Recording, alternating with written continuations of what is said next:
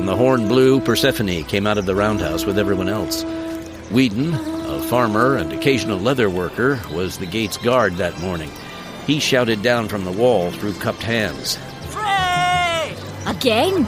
Moya came out of Roan's roundhouse to stand beside Persephone, hands on her hips, looking out the open gate. Whedon was watching Persephone, who once again looked to the Galantians.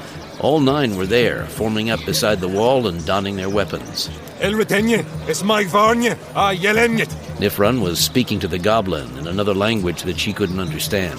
The little creature nodded and ran off behind the woodpile. Conager came out of the lodge, along with the stump, and stood at the top of the steps. Should we seal the gate or leave it open? How many are coming? Whedon, how many? Just one. Should we seal the gate? That depends on how much you like your gate. Whedon looked to Conager, who remained on the steps, now flanked by Tressa and Maeve. Conager, in turn, stared at Persephone. Leave it open, I guess. Why do we even have these walls? Gifford and Roan approached Persephone, flanking her other side, Roan shifting to allow Gifford a better view. No one said anything. No one moved, and at nearly midday, Dalren came to a stop. The only sounds were distant birdsong and flapping banners on the lodge. A figure appeared, framed in the open gate, dressed in flowing robes of white, which billowed in the breeze as if made of gossamer. She appeared ghostly, tall, thin, and more delicate than one of Gifford's best vases. She didn't seem of the same world as everyone else. Too elegant, too perfect, with eyes of bright blue and pale, thin lips. It's as if she floats. The lady in white entered the gate. Drawing back her hood, she revealed a bald head. She walked until reaching the center of the doll, then stopped, just a few feet from Nifron and Persephone. Behind the Lady Fhrey, Delwyn, Malcolm, Raithe, and a few other men entered, each of them out of breath. They had come running when they heard the horn. Delwyn still held his shears, and Raithe the prod stick. The bald Fhrey didn't turn her head or look around. She remained focused on Nifron. Persephone understood the woman's Fhrey words. You are Nifron, son of Zephyron of the Instaria. Yes. I am Arian of the Miraleaf. I have been sent by Fane Lothian to request your return to Istramnadon. Request? In that case, I'll decline the offer. The lady took a step closer. Your Fane insists. I no longer recognize Lothian as my Fane, so I see no reason to care if he insists or not. What Persephone didn't understand was why the lady in white was such a problem. There were 7 strong Fhrey warriors arrayed against her, plus a giant and that creepy goblin thing hiding behind the woodpile, and yet the Galantians' apprehension was palpable. Please don't make this harder than it needs to be. The Lady Fhrey took another step forward. I was at the arena and saw what happened to your father. I'd like to spare you any more humiliation and pain. And how do you propose to do that? If I appear before Lothian, do you think he'll treat me any differently? I won't go back with you. The Galantians gathered around Nifron with hands-on weapons. Arian granted them a cursory glance. I have no instructions concerning the rest of you. Don't involve yourselves or you'll share Nifron's fate. We're Galantians and Instaria. Sharing fate is what we do. Touch him, and you're going to have to fight all of us. I'm trying to be kind. We both know what's going to happen. Wouldn't you prefer to follow me out of here with dignity? Nifron, you can explain yourself to the Fane. Tell him you were distraught from witnessing the death of your father. He's not without compassion. No. I thought you said you saw what happened in the arena. Were those acts of compassion? Had the situation been reversed, my father would have made Lothian's death quick, painless, and honourable. Don't stand there and tell me to throw myself on a tyrant's mercy. All of you Miraleaf are the same. Since Vanellius became Fane, you've lorded over the rest of us, setting yourselves up as gods. The war with the Durg ended centuries ago, but the Instaria are still condemned to serve in the wilderness, while all of you bask in the security we provide. We aren't good enough to be part of Erevan. We are only fit to suffer defending it, protecting a Fane who treats us without respect. Lothian is your Fane, not mine. I no longer serve him, for he no longer values me. I'm sorry, but you are Fhrey, and you are coming with me. I just want you to know that I take no pleasure in this. The Lady Fhrey gestured with her hand, and Nifron's wrists came together in front of him as if they'd been bound. Then she twitched her finger, and he jerked forward. At the same time, Persephone heard an odd sound. Someone was chanting, and all the words were in another language. Arion staggered then, shoved back several steps as if blown by a powerful wind. She nearly stumbled into Malcolm. No! Usye ne tasada!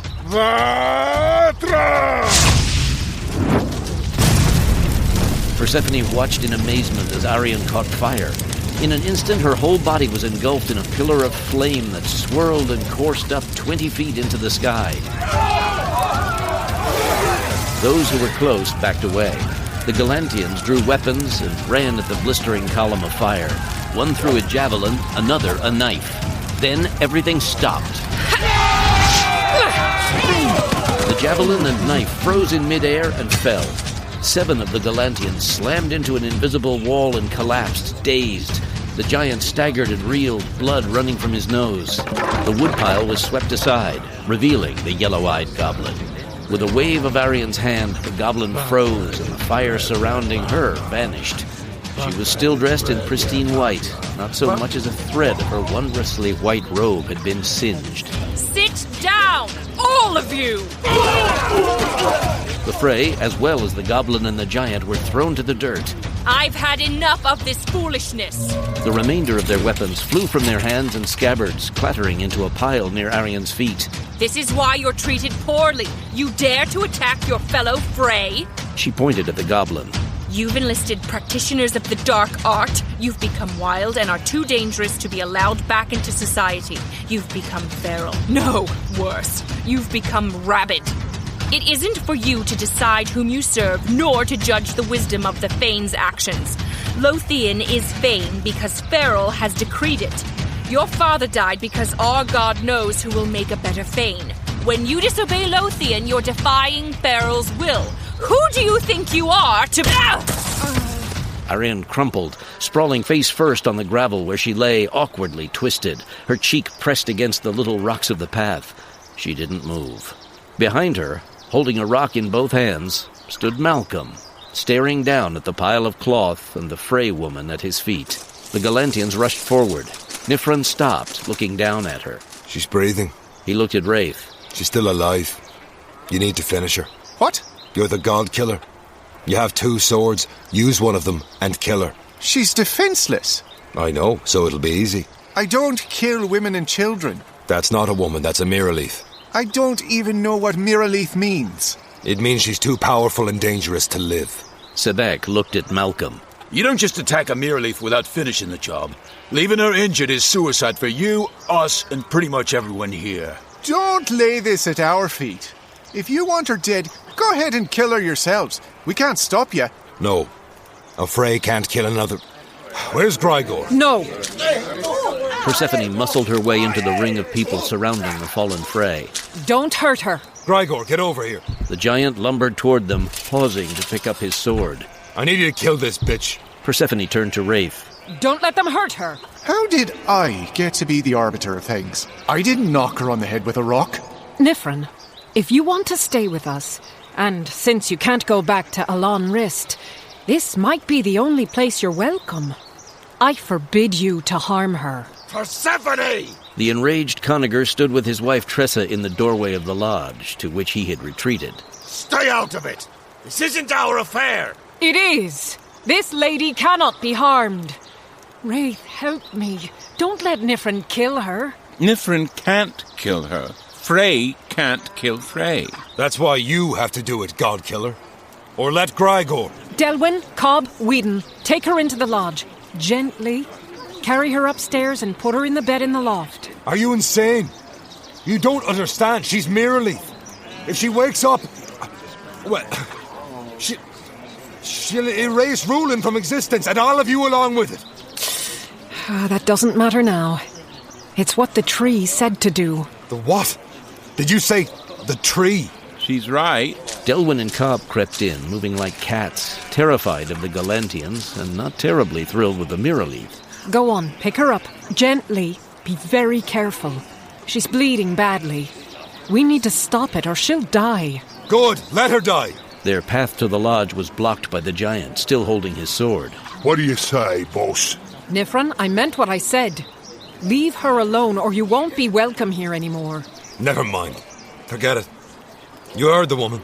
We don't want to jeopardize our welcome. The giant turned sideways, letting the men carry the mirror leaf past him toward the lodge. Damn it, no! You aren't bringing her in my house! As the Lady Fhrey was borne up the steps, Hegner and Devon joined Conager, spears at the ready. The three stood, blocking the entrance, a wall of muscle and stone-tipped sticks. Raithe looked at the chieftain. Move out of the way. This is no concern of yours, Dorian. Your one-handed friend and I have unfinished business. I'll be happy to include you in the fun if you like. So, we can settle everything now, or you can get out of the way. Conager neither moved nor attacked. He appeared just as trapped in his position as he was in that doorway. This is no concern of yours! Well, it's certainly a concern of mine. Nifron and the other Galantians came up the steps.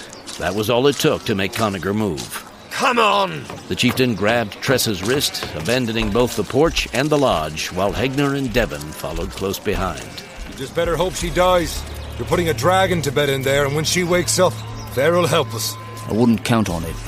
Ferrell will be on her side.